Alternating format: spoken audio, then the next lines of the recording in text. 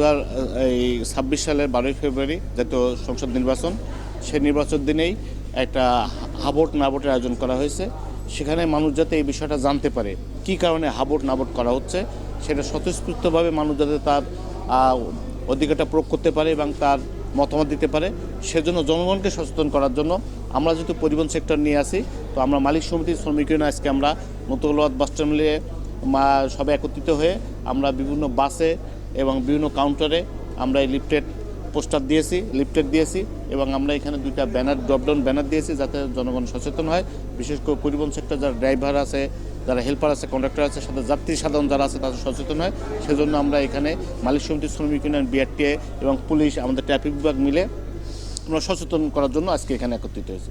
পাশাপাশি আমরা এও চেষ্টা করছি যে যাতে এই ভোট কেন্দ্রিক যে জাতীয় সংসদ নির্বাচন হবে সে সময় যাতে ফিটনেসবিহীন গাড়ি এবং রুট পারমিট বিহীনকে চলাচল করতে না পারে, সেজন্য আমরা মোবাইল কোড পরিচালনা করছি এবং এর কার্যক্রম অব্যাহত থাকবে।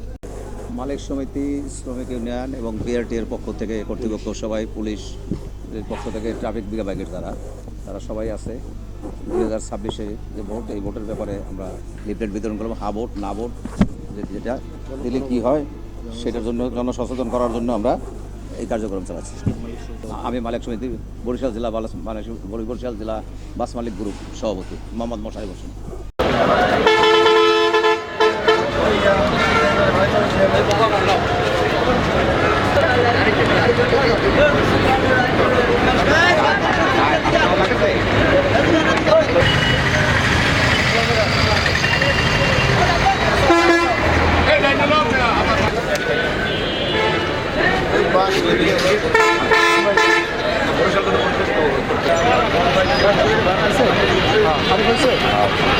আসেন 8 টাকা দিতে আসেন,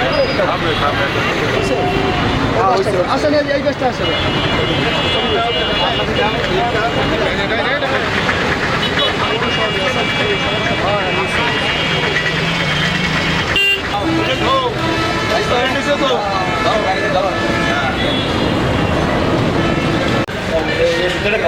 বিজয় গানটা আছে বাসা সারে ডাকে আমরা কাউন্টারে